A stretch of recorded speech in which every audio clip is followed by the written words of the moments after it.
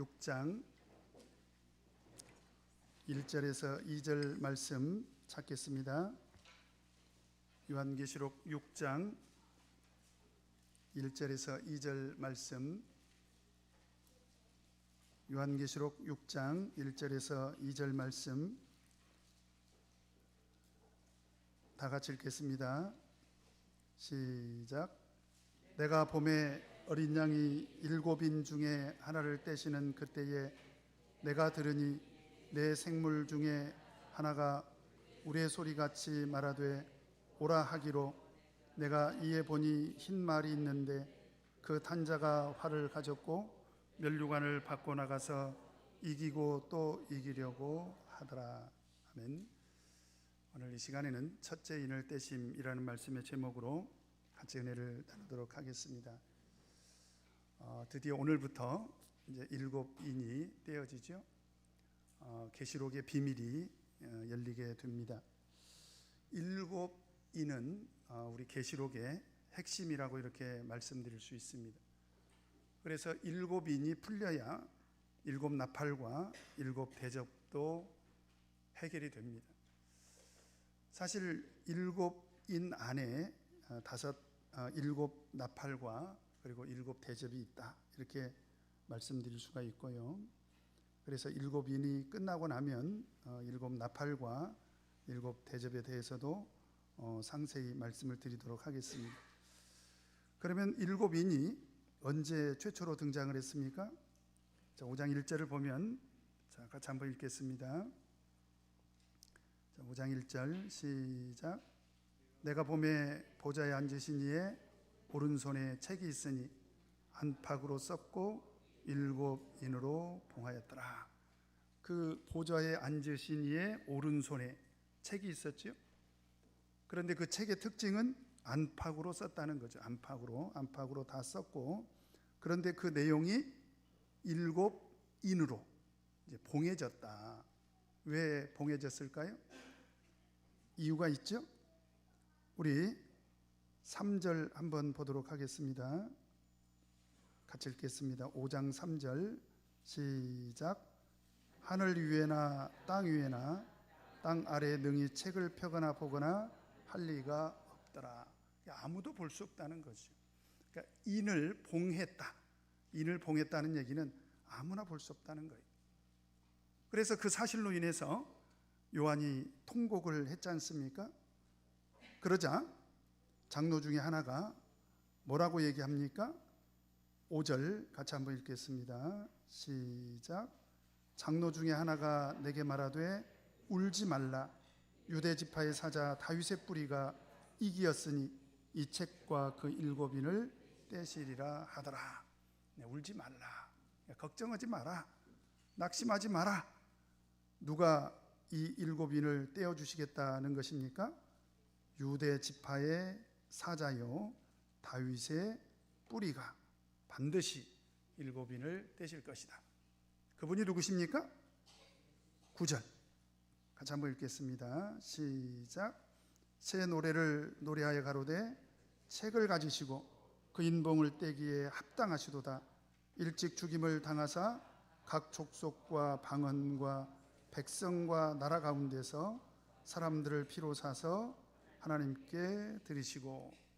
지금 새 노래를 하는데 24장로들과 네 생물이 새 노래로 노래를 하는데 그 인봉을 떼기에 합당하시다는 거예요. 누가 합당하시다는 것입니까? 어린 양이. 왜 어린 양이 그 인을 떼시기에 합당하실까요? 오늘 9절에 보니까 일찍 죽임을 당하사 각 족속과 방언과 백성과 나라 가운데서 사람들을 피로 사서 하나님께 드리셨기 때문에. 그러니까 하나님의 구속의 역사가 바로 누구를 통해서 이루어졌다는 것을 알 수가 있습니까? 어린 양이신 바로 누구시죠? 예수 그리스도를 통해서 바로 하나님의 구속이 성취됐기 때문에, 바로 그 하나님의 구속을 성취하신, 우리를 위해서 십자가 위에서 죽임을 당하시고 우리를 구속하신 예수 그리스도께서 그 인을 떼주실 것이다 라고 하는 것입니다. 그래서 오늘 본문 말씀의 시작은 6장 1절을 보면 내가 봄에 누가 7인 중에 하나를 떼십니까? 어린 양이, 드디어 어린 양께서 이제 7인을 이렇게 떼셨습니다. 자, 그래서 우리 한번 7인을 떼봅시다. 7인 중에 첫째로 오늘 이렇게 이제 뗐습니다. 하나를 뗐죠. 자, 하나를 떼니까 자, 어떤 일이 일어납니까? 1절에 보니까 한 번 더 읽겠습니다. 시작. 내가 봄에 어린 양이 7인 중에 하나를 떼시는 그때에 내가 들으니 내 생물 중에 하나가 우레소리같이 말하되 오라 하기로. 소리를 들은 거예요. 뭘 들었습니까? 소리를 들었습니다. 여러분, 여기서 우리가 하나 좀 생각해 볼 문제가 하나 있는데요. 지금 그 보좌에 앉으신 이가 오른손에 들고 있는 것이 라디오였습니까? 책이었습니까? 텔레비전이었어요? 책이었어요? 그러면 책은 뭘로 쓰여져 있습니까? 책은 소리가 나나요? 책은 화면을 볼 수가 있나요? 그게 아니고 책은 뭐예요? 글로 써진 것을 우리가 책이라고 하지 않습니까? 그렇죠? 그러면 그 책을 분명히 7인으로 봉해졌는데 이제 어린 양이 나타나서 그 인을 뗐습니다. 그러면 책 속에 글이 있어야 되잖아요. 아, 그래 안 그래요? 저만 이상한가요? 인을 뗐어요. 그럼 글이 나와야 될 거 아닙니까? 그런데 글이 나오는 게 아니라 인을 뗐는데 라디오처럼 소리가 나는 거예요. 어떤 소리가 납니까? 그때 내가 들으니, 이건 소리를 말하는 거지요. 들으니 내 생물 중에 하나가 우레 소리같이 말하기를 오라. 첫째 인을 이제 뗐으니까 오라. 뭔가 글이 나타나야 될 텐데. 그리고 나서 2절에 뭐라고 기록되어 있습니까? 자, 같이 한번 읽겠습니다. 시작. 내가 이에 보니 흰 말이 있는데 그 탄 자가 활을 가졌고 면류관을 받고 나가서 이기고 또 이기려고 하더라. 여기서 보니까 또 소리만 들리는 것이 아니라 지금 요한은 무엇인가를 지금 보게 되지요? 그렇지 않습니까? 그래서 여기서 우리가 한 가지 좀 정리하고 넘어가야 될 게 있습니다. 지금 보좌에 앉으신 이의 오른손에 책이 들려 있었는데 이 책의 인을 뗐더니 거기에는 글이 써져 있었던 것이 아니고 거기에서는 소리가 들렸고 이상을 봤다는 거예요. 그래서 그 소리를 듣고 이상을 본 것을 오늘날 우리들이 볼 수 있도록 누가 기록한 것입니까? 요한 사도가 기록을 했다는 거예요. 그리고 이 내용은 앞으로 장차 일어날 일이죠. 그래서 요한계시록 1장 19절을 보면, 자, 같이 한번 읽겠습니다. 요한계시록 1장 19절을 보면, 자, 같이 읽겠습니다. 시작. 그러므로 내 본 것과 이제 있는 일과 장차 될 일을 기록하라. 지금 2000년 전이지 않습니까? 이제 있는 일은 이미 이제 지나갔죠. 그런데 장차 될 일은 언제 되어질 일이냐? 4장 1절에 보니까요. 자, 4장 1절 같이 한번 읽겠습니다. 시작. 이 일 후에 내가 보니 하늘에 열린 문이 있는데 내가 들은 바 처음에 내게 말하던 나팔 소리 같은 그 음성이 가로되 이리로 올라오라. 이후에 마땅히 될 일을 내가 내게 보이리라 하시더라. 그때 당시에 있었던 일은 요한계시록 2장 3장에 7교회를 향한 하나님의 말씀으로 이제 기록이 됐고요. 그리고 그 일이 지나고 나서 하늘에서 음성이 나기를 이후에 마땅히 될 일을 내가 내게 보여주겠다. 그리고 그 마땅히 볼 일을 요한계시록 4장과 5장에서 하늘의 보좌를 보여주셨고요.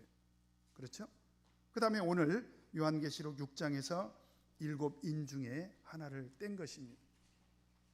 그러면 이 일은 언제 일어나는 일일까요? 그때 당시에 요한계시록이 쓰여질 그때 당시가 대략 제가 몇 년이라고 말씀드렸죠? 그때가 대략 몇 년이다. 정확하게 연도를 우리가 확정할 수는 없습니다만은 그래도 이 요한계시록이 쓰여질 그 시기를 우리가 추정을 하면 그때가 언제냐면 AD 95년 또는 96년이다는 거죠. 그래서 일반적으로 우리가 사도교회를 100년의 역사라고 본다면 사도교회의 언제 시기입니까? 말기에 이 계시록이 쓰여졌다는 거예요. 그러면 지금 요한계시록 6장에서 이야기하고 있는 이 일은 언제 일어난단 말입니까? 적어도 AD 95년 또는 96년 이후에 일어날 일을 말하고 있다. 그러면 우리가 계시록을 1장부터 22장까지 천천히 이렇게 들여다보면 짐작할 수 있는 게 하나 있어요. AD 95년이나 96년 이후에 일어날 일인 것은 틀림이 없고요. 이건 틀림이 없어요. 그러면 언제쯤 구체적으로 일어날 일을 말하고 있는가? 우리가 계시록을 읽어보면 이런 말씀들이 있습니다. 1장 7절 같이 한번 읽겠습니다.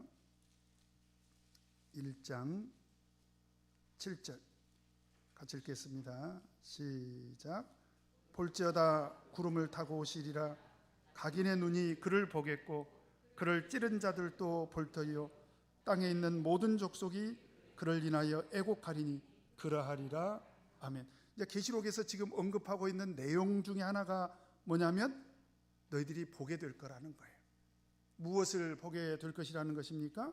구름을 타고 오시는 예수 그리스도의 재림을 보게 될 것이다. 그리고 요한계시록 22장을 보면 자, 우리 빨리 한번 찾겠습니다. 자, 요한계시록 22장 20절. 같이 한번 읽겠습니다. 시작. 이것들을 증거하신 이가 가라사대 내가 진실로 속히 오리라 하시거늘 아멘. 주 예수여 오시옵소서. 예수님께서 금방이라도 오실 것처럼 이렇게 이야기를 하십니다. 그죠? 내가 속히 오겠다. 그리고 우리는 어떤 기도를 하라는 것입니까? 아멘. 주 예수여 오시옵소서. 따라서 해보십시다. 아멘. 주 예수여 오시옵소서. 그렇다면 오늘 이 계시록에서 예언하고 있는 장차 일어날 일은 구체적으로 언제를 말합니까? 예수 그리스도의 재림을 앞두고 있는 언제 말세를 말하는 거예요. 바로 오늘 우리가 살고 있는 이 세상을 말하고 있는 것입니다. 그래서 사실은 계시록은요 지금 우리와 관계가 있는 그런 말씀이에요. 그래서 계시록은 참 중요한 말씀이죠. 그래서 우리가 계시록을 올바로 공부하고 올바로 이해를 할 필요가 있습니다. 그래서 이제 일곱 인이 오늘부터 떼어지게 되는데요. 대략적으로 일곱 인에 대해서 먼저 좀 설명을 드리고 넘어가도록 하겠습니다. 일곱 인이 떼어지는데 6장, 7장 그리고 8장 1절까지 일곱 인이 이렇게 이제 순서대로 떼어집니다. 그래서 첫 번째 인을 뗄 때 어떤 일이 발생합니까? 2절에 보면 무엇이 등장하지요? 흰말이 등장합니다. 흰말. 그 다음에 3절, 4절이 둘째 인을 뗄 때 일어나는 일을 기록하고 있는데요. 뭐가 등장하죠? 붉은 말이 등장을 합니다. 똑같이 말은 말인데 붉은 말입니다. 그 다음에 5절, 6절에 셋째 인을 뗄 때 또 어떤 일이 벌어집니까? 검은 말이 등장을 합니다. 이것도 역시 동일한 말인데 검은 말이 등장을 하지요. 그리고 7절, 8절을 보면 넷째 인을 뗍니다. 그런데 어떤 일이 벌어집니까? 청황색 말이 등장을 해요. 그래서 말은 총 4마리가 등장을 합니다. 자, 순서를 한번 기억을 해보십시다. 첫째 인은 흰말, 둘째 인은 붉은 말, 셋째 인은 검은 말, 넷째 인은 청황색 말. 이제 이 정도는 기억을 해야 돼. 그런데 다 말이라는 거예요. 말. 그래서 본질은 동일하다는 거예요. 흰말이나 붉은 말이나 검은 말이나 청황색 말이나 다 말이지 않습니까? 말이죠. 그래서 본질은 같다. 근데 색깔이 달라요. 하나는 흰색, 하나는 붉은색, 하나는 검은색, 하나는 청황색. 그렇죠? 그것은 그 말의 특징이 있다는 거예요. 그 말의 특징이 있다. 그래서 그 말의 특징에 대해서 제가 한 시간 이렇게 따로따로 나눠서 이제 설명을 드리려고 합니다. 오늘은 흰말에 대해서 제가 주로 설명을 드리겠죠. 그 다음에 9절부터 보면 다섯째 인을 뗄 때 어떤 일이 벌어집니까? 9절에 보면 죽임을 당한 영혼들이 제단 아래서 하나님을 향해서 우리가 억울하다, 죽임을 당했으니까 억울하잖아요. 그래서 우리가 억울한데 우리 핏값을 언제, 신원이라는 것은 언제 돌아보고 우리 핏값을 갚아주시겠냐 이 말이에요. 그러면서 그 제단 아래서 탄식하고 기도하는 이제 그런 내용이 등장을 합니다. 그게 바로 언제입니까? 다섯째 인을 뗄 때고, 바로 그때 예수님께서 나타나셔가지고 그 사람들에게 흰 두루마기를 주십니다. 이 두루마기는 제가 스톨레라고 이미 말씀을 드렸죠. 그 다음에 12절부터 17절까지가 여섯째 인을 떼실 때 일어나는 일입니다. 그런데 12절에 보니까 여섯째 인을 뗄 때 어떤 일이 벌어집니까? 어떤 일이 벌어져요? 무서운 일이 벌어집니다. 어떤 일이 벌어집니까? 큰 지진이 일어납니다. 뿐만 아니라 큰 지진이 일어나는 것을 시작으로 해가 총담같이 검어지고 온 달이 피같이 되고 하늘의 별들이 땅에 떨어지고 하늘은 종이 축이 말리는 것 같이 떠나가고 각 산과 섬이 제자리에서 옮기워지는 이런 자연계의 대재앙이 일어납니다. 그래서 그날을 일컬어서 성경은 뭐라고 기록하고 있느냐? 17절 같이 한번 읽겠습니다. 시작. 그들의 진노의 큰 날이 이르렀으니 누가 능히 서리요 하더라. 이 날은 여섯째 인을 떼는 그 날은 어떤 날이다? 진노의 큰 날이다. 진노의 큰 날이다. 그래서 누가 능히 서리요? 이런 하나님의 진노의 큰 날에 누가 능히 구원받을 수 있겠냐? 그런데 7장에서 바로 그 진노의 큰 날에 능히 설 수 있는 구속함을 입은 무리들이 등장하죠. 그래서 7장은 14만 4천인이 등장하고요. 4절 한번 보도록 하겠습니다.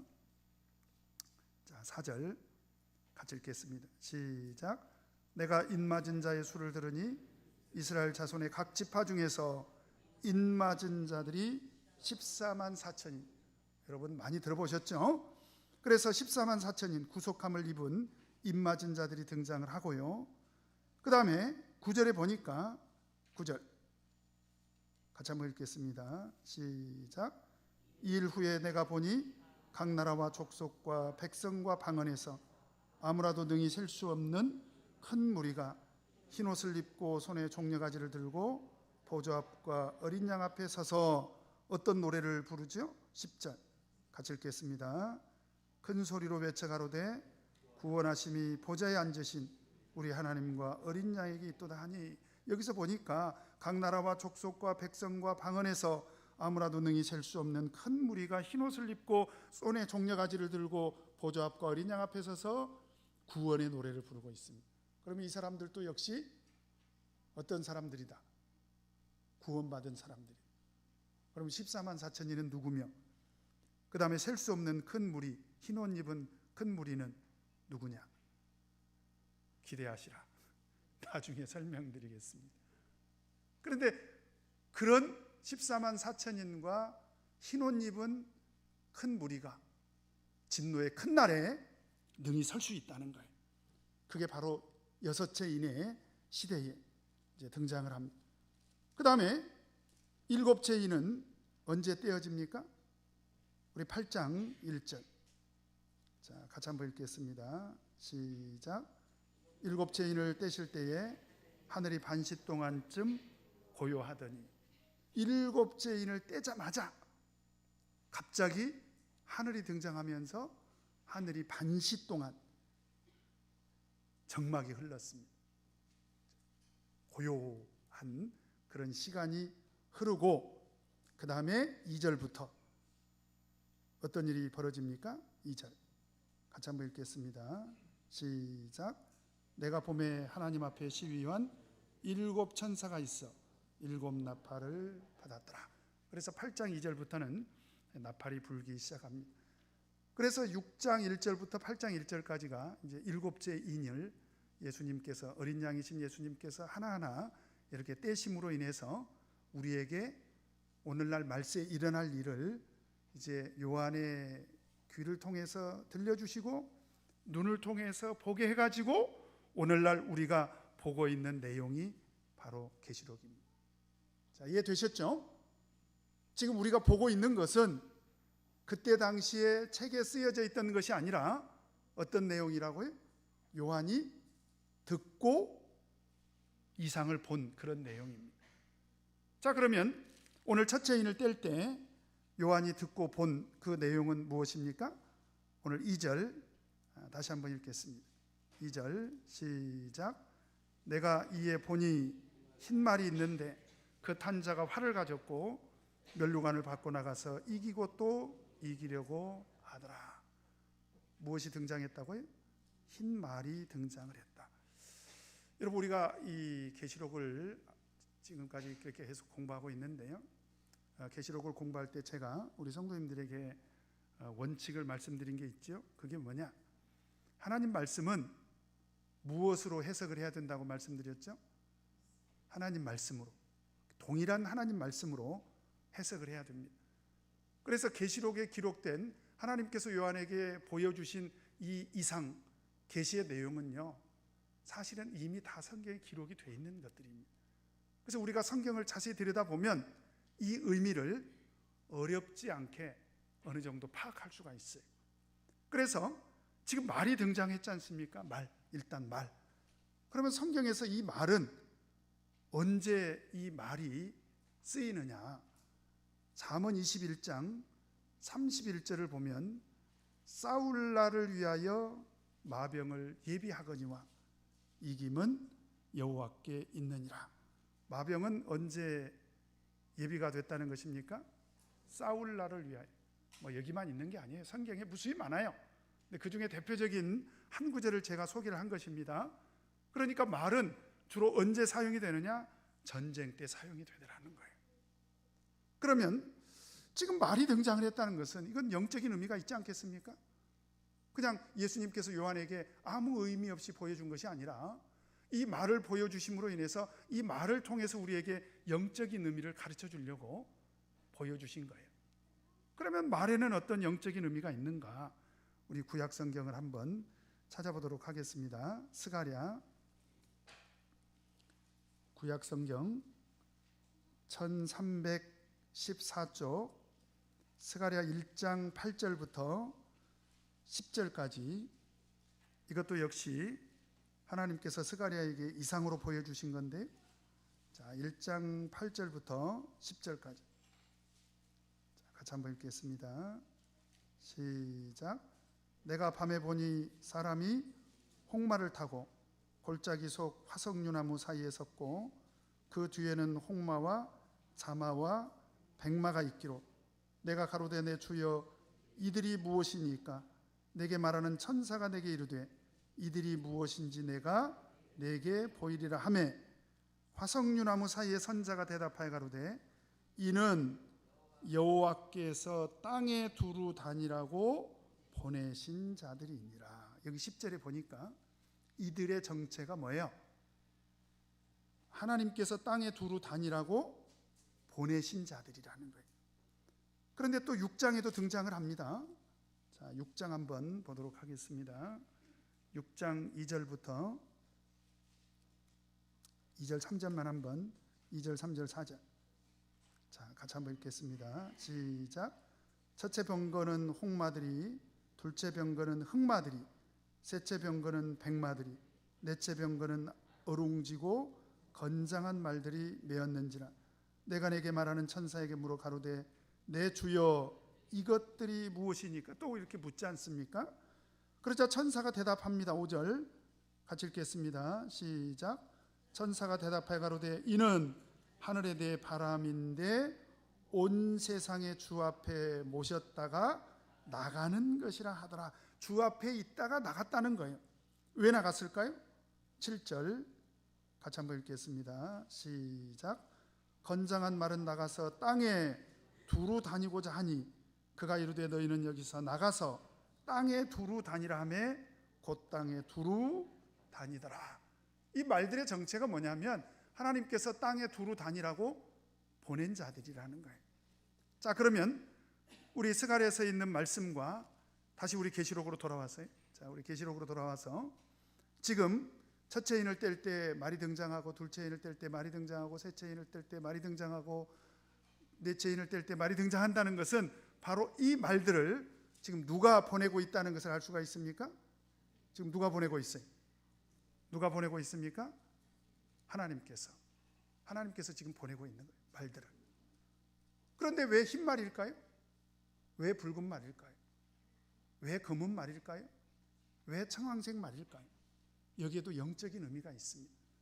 우리가 계시록 안에서 해결을 해본다면 계시록에는 유난히 흰색이 많이 등장하지요. 먼저 우리 1장 14절 한번 보도록 하겠습니다. 1장 14절. 자, 1장 14절. 오늘은 성경을 좀 많이 찾죠. 같이 읽겠습니다. 시작. 그 머리와 털의 희기가 흰 양털 같고 눈 같으며 그의 눈은 불꽃 같고, 여기서 지금 인자 같은 이의 모습, 바로 어린 양이신 예수 그리스도, 부활하신 예수 그리스도의 모습을 어떻게 묘사하고 있습니까? 그 털의 희기가 흰 양털 같더라. 그래서 그때 당시에 제가 뭐라고 말씀드렸습니까? 이 흰 것은 무엇을 의미한다고 그랬어요? 하나님의 속성을 말한다. 하나님의 속성인 거룩, 그리고 성결, 그리고 하나님의 영광을 의미한다. 제가 이렇게 말씀드렸죠. 그 다음에 4장 4절에 보면 또 흰색이 하나 등장하는데 이것은 옷을 표현하고 있죠. 우리 4장 4절 자, 같이 한번 읽겠습니다. 시작. 또 보좌에 둘려 24 보좌들이 있고 그 보좌들 위에 24 장로들이 흰 옷을 입고 머리에 금면류관을 쓰고 앉았더라. 여기서 옷은 무슨 옷이라고 그랬죠? 히마티온, 예수 그리스도의 십자가의 피로 구속함을 입은 성도들이 세례받을 때 입혀주시는 옷. 그런데 그 옷이 바로 흰옷이라는 거예요. 흰옷, 흰옷입니다. 바로 예수 그리스도의 보혈로 씻어서 희게 된 그런 옷이죠. 그래서 7장 14절에도 보면, 자, 같이 한번 읽겠습니다. 시작. 내가 가로되 내 주여 당신이 알리이다 하니 그가 나더러 이르되 이는 큰 환난에서 나오는 자들인데 어린 양의 피에 그 옷을 씻어 희게 하였느니라. 근데 이 옷은 히마티온이 아니고 뭐라고 그랬죠? 스톨레다. 제가 말씀드렸습니다. 이미 스톨레가 뭔지. 환난에서 나오는 자들에게 입혀주시는, 그래서 다섯째 인을 뗄 때 예수님께서 친히 입혀주시는 흰 두루마기를 말하는 것입니다. 그 다음에 또 22장에 보면 흰색이 또 등장을 합니다. 20장입니다. 20장 11절. 20장 11절. 같이 한번 읽겠습니다. 시작. 또 내가 크고 흰 보좌와 그 위에 앉으신 자를 보니 땅과 하늘이 그 앞에서 피하여 간데 없더라. 여기서 이제 흰 보좌가 내려오는데요. 바로 이 흰 보좌 앞에서 이제 우리가 마지막 날에 심판을 받습니다. 그래서 여기서 흰 것은 바로 하나님의 공의로움을 뜻하고 있습니다.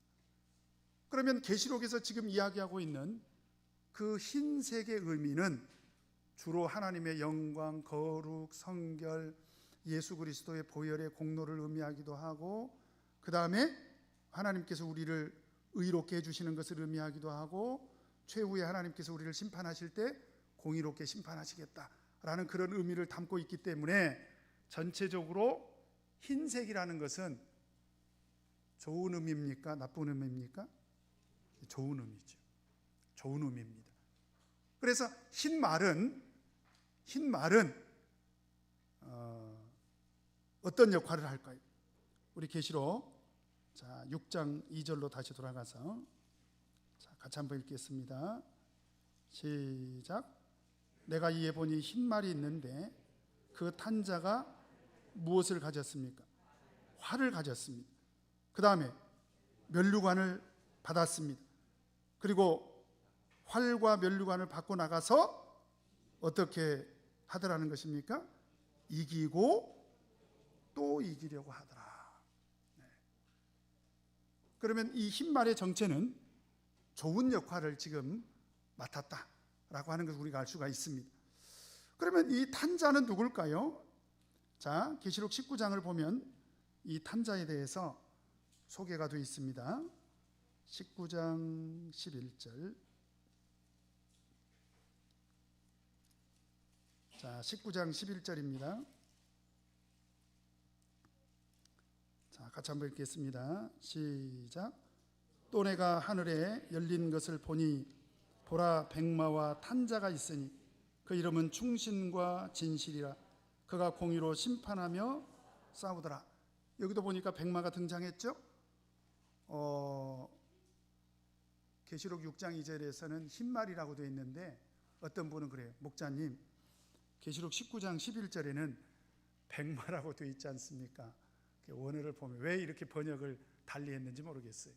원어를 보면 동일하게 히포스, 류코스 이렇게 되어 있습니다. 히포스라고 하는 것은 말을 의미하고요, 류코스라고 하는 것은 하얀을 의미합니다. 흰말, 백마, 자, 같은 뜻입니다.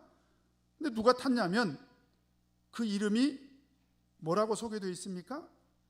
충신과 진실이라. 여기서 충신은 피스토스입니다. 자, 따라서 해보십시다. 피스토스. 네, 오늘 좀 주관합니다. 그 다음에 진실은 알레디노스입니다. 따라서 해보십시다. 알레디노스. 그래서 피스토스는 진실한, 성실한 그런 뜻이고요. 그 알레디노스는 진리, 참 이런 뜻입니다. 근데 이 말씀이 어디 기록되어 있냐면 우리 계시록 3장 14절 한번 보도록 하겠습니다. 계시록 3장 14절. 자, 계시록 3장 14절. 자, 같이 읽겠습니다. 시작. 라우디게아 교회 사자에게 편지하기를 아멘이시오, 충성되고 참된 증인이시오, 하나님의 창조의 근본이시니가 가라사대. 여기서 보니까 충성되고 참된 증인이 등장하죠. 이분이 누구라고 제가 가르쳐 드렸습니까? 예수 그리스도. 그런데 여기서 충성이라는 단어가 뭐냐? 피스토스입니다. 그 다음에 참된이라는 단어가 뭐냐? 알레디노스입니다. 자, 그러면 백마 탄자는 누구십니까? 누구세요? 예수 그리스도를 말합니다. 자, 예수님이 이제 등장하신 것입니다. 자, 흰 말은 자, 누구와 관계가 있습니까? 흰 말은 누구와 관계가 있어요? 예수님과 관계가 있습니다. 근데 예수님이 무엇을 가지고 등장을 했냐면 활을 가지고 등장을 했어요. 활. 이건 제가 시간 관계상 찾지 않겠습니다. 스가랴 10장 3절부터 5절을 보면 이제 기록만 해 놓으세요. 이 활은 언제 쓰였냐면 싸우는 활이라고 이렇게 기록되어 있습니다. 그러니까 이 활도 언제 사용하는 도구입니까? 전쟁에서 활은 싸울 때 사용을 합니다. 자, 그러면 말도 전쟁의 도구고요. 그리고 예수님이 말을 타고 친히 활을 들었습니다. 활을. 그러면 예수님께서 흰 말을 타고 등장했다, 그리고 활을 가지고 나타났다는 것은 영적으로 무엇을 의미합니까? 바로 흰 말의 등장으로 인해서 무엇이 시작이 됐다는 거예요. 무엇이 시작이 됐다? 전쟁이 시작이 됐다. 남북전쟁이요? 6.25 전쟁이요? 그게 아니고 세상의 전쟁이 아니라 영적인 전쟁을 말하는 거예요. 영적인 전쟁. 그래서 고린도후서 10장 3절 4절을 보면 우리가 육체에 있어 행하나 육체대로 싸우지 아니하노니 우리의 싸우는 병기는 육체에 속한 것이 아니요 오직 하나님 앞에서 견고한 진을 파하는 강력이라 그랬고요. 또 에베소서 6장 12절에 보면 우리의 씨름은 혈과 육에 대한 것이 아니요 정사와 권세와 이 어두움의 세상 주관자들과 하늘에 있는 악의 영들에게 대함이라. 여기서 말하고 있는 영적인 전쟁은 바로 하늘에 있는 악의 영들과의 전쟁을 말하는 것입니다. 다시 말하면 마귀와의 싸움을 말하는 거예요. 그래서 계시록 19장에서 예수님께서 친히 백마를 타고 마귀와 전쟁을 벌입니다. 바로 그 전쟁이 시작이 됐다는 거예요. 언제부터? 언제부터요? 이거 정말로 중요한 건데 다들 졸리신가 봐. 언제부터? 흰말이 등장하면서부터 뭐가 시작이 됐다? 전쟁이 시작이 됐다는 거예요. 영적인 전쟁이 시작이 됐다. 자, 그런데 이 영적인 전쟁에서 누가 이길까요? 6장 2절, 자, 같이 한번 읽겠습니다. 시작. 내가 이에 보니 흰 말이 있는데 그 탄 자가 활을 가졌고 무엇을 받았습니까? 면류관. 이 면류관은 뭐라고 그랬어요? 이미 제가 말씀드렸습니다. 24 장로들이 쓰고 있는 면류관, 원어로 뭐라고 그랬어요? 스테파노스. 자, 따라서 해보십시다. 스테파노스. 이 면류관은 어떤 사람들에게만 주는 면류관이라고 그랬어요? 이긴 자들에게만 주는 면류관이요. 그러면 이미 그것을 지금 누가 받았다는 것입니까? 예수님께서. 자, 그러면 흰말이 등장하고 그 흰말은 누구와 관계가 있다? 예수님과 관계가 있다. 그래서 예수님이 활을 가지고 영적인 전쟁을 해서 반드시 어떻게 하실 것이다? 이길 것이다. 그래서 흰말이 등장한 목적이 있어요. 그게 6장 2절에 보니까 다시 한번 읽겠습니다. 시작. 내가 이에 보니 흰말이 있는데 그 탄 자가 활을 가졌고 면류관을 받고 나가서 이기고 또 이기려고 하더라. 흰말이 등장한 목적이 기록이 되어 있습니다. 이 전쟁에서, 영적인 전쟁에서 어떻게 하려고 하더라? 이기고 또 이기려고 하더라.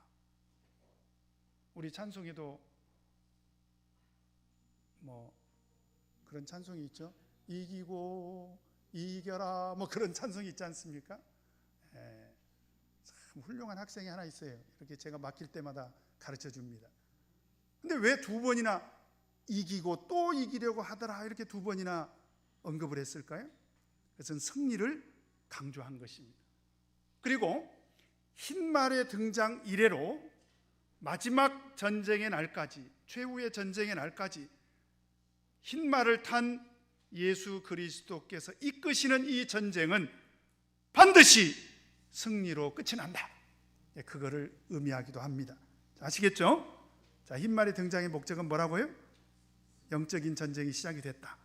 그리고 이 영적인 전쟁에서 누가 승리한다? 예수 그리스도께서 이끄시는 이 군대가 이긴다. 자, 그럼 도대체 이 흰말은 뭘까요? 흰말은 뭘까요? 자, 우리 19장 한번 보도록 하겠습니다. 19장 11절. 자, 19장 11절 같이 한번 읽겠습니다. 시작. 또 내가 하늘이 열린 것을 보니 보라 백마와 탄자가 있으니 그 이름은 충신과 진실이라. 그가 공의로 심판하며 싸우더라 그랬죠. 이 싸움이 누구와의 싸움이냐면 19절에 보니까 19절, 자, 같이 한번 읽겠습니다. 시작. 또 내가 보매 그 짐승과 땅의 임금들과 그 군대들이 모여 그 말 탄 자와 그의 군대로 더불어 전쟁을 일으키다가 20절 짐승이 잡히고 그랬죠? 짐승이 잡히고 그 앞에서 이적을 행하던 누구요? 거짓 선지자. 이 짐승과 거짓 선지자가 누굽니까? 이 짐승과 거짓 선지자가 누구예요? 자, 우리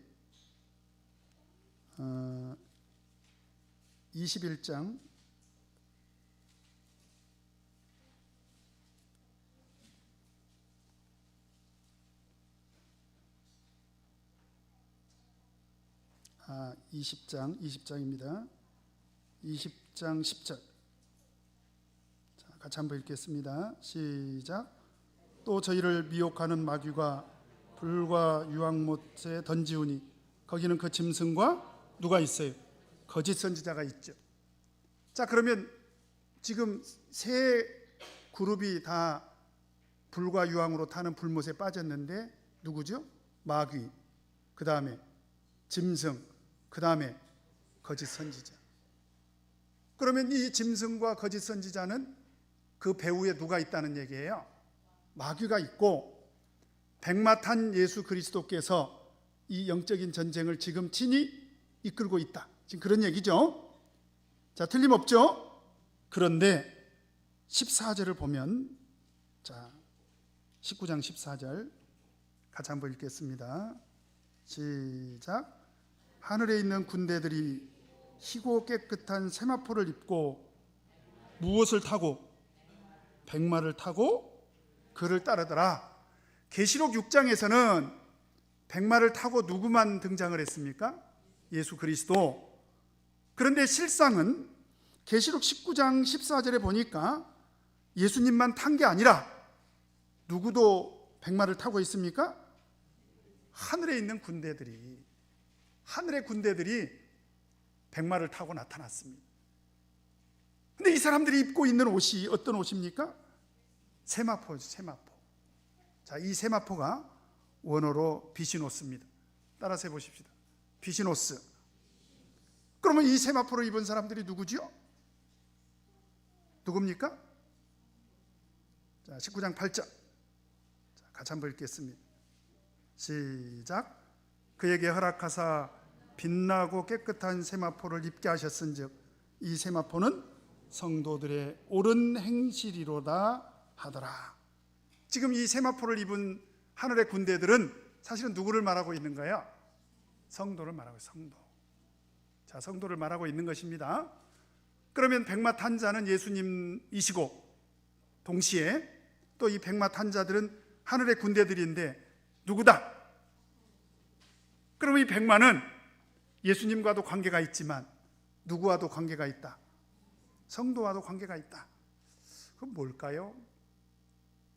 이 백마는 뭘까요? 바로 교회를 의미합니다. 자, 따라서 해보십시다. 흰 말은 교회이다.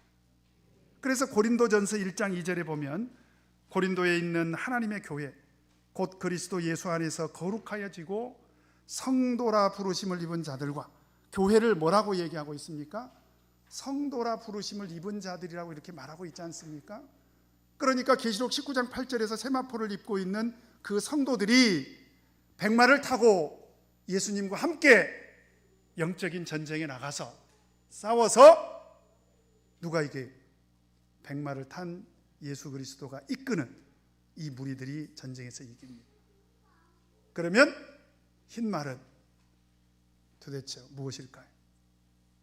바로 말세에 나타난 우리 참교회, 참예수 교회를 말합니다. 별로 안 놀라시네. 그래서 우리는 이렇게 설명합니다. 흰 말은 말세에 나타난 참예수 교회다. 여러분 믿으십니까? 그렇게 해석해야 계시록이 해결이 됩니다. 그래서 오늘 예수님께서 첫째 인을 떼실 때 등장한 것은 바로 영적인 전쟁이 시작이 되는 바로 그 시점에 참예수교회가 등장했다라고 하는 내용으로 기록이 되어져 있는 것입니다.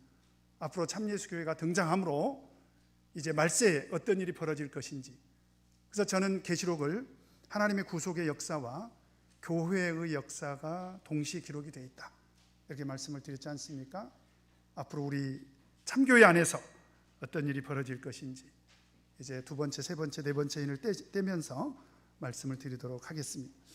자, 우리 다 같이 찬송 부록 12장 찬양하시겠습니다.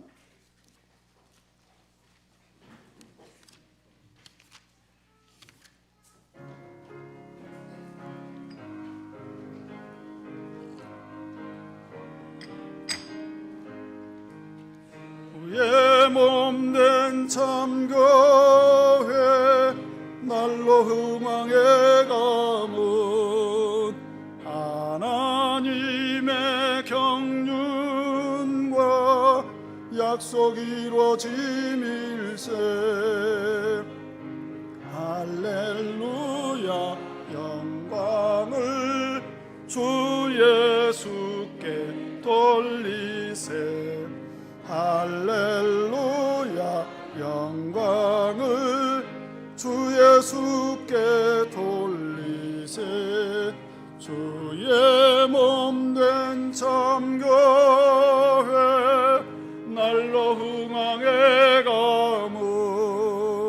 생명 진리 있으며 성령 능력 금일세. 할렐루야 영광을 주 예수께 돌리세. 할렐루야 영광을 주 예수께 돌리세. 주의 몸된 참교회 날로 흥왕해 가문. 하나님의 근사라 나타내게 됨일세.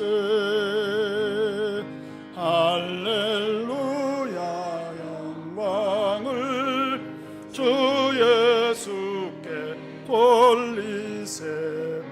할렐루야 영광을 주 예수께 돌리세. 아멘.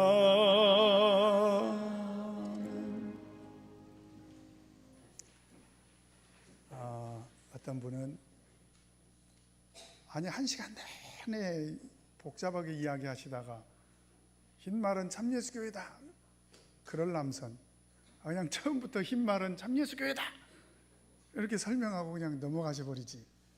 저도 그렇게 하면 이렇게 목이 쉬면서 설교할 필요가 없죠, 그죠? 그런데 지금 우리가 계시록 시대지 않습니까? 그래서 흰말이 왜 참예수교회인지는 설명을 해야 될 거 아닙니까? 세상 사람들이 물을 거예요. 당신들은 왜 흰말을 교회라고 이렇게 해석합니까? 그 계시록 19장만 딱 펴봐도, 그죠? 이 백마탄자 예수 그리스도, 백마탄자 하늘의 군대, 그들이 세마포를 입었어. 그것은 19장 8절에 있는 성도들이 입은 옷과 동일하더라는 거예요. 그것만 알아도 이 백마는 바로 교회를 의미한다. 그러면 이 교회는, 계시록에서 말하는 교회는 참교회를 의미하지 않습니까? 그래서 우리 참예수교회가 참교회인 것을 이렇게 입증을 하면 됩니다.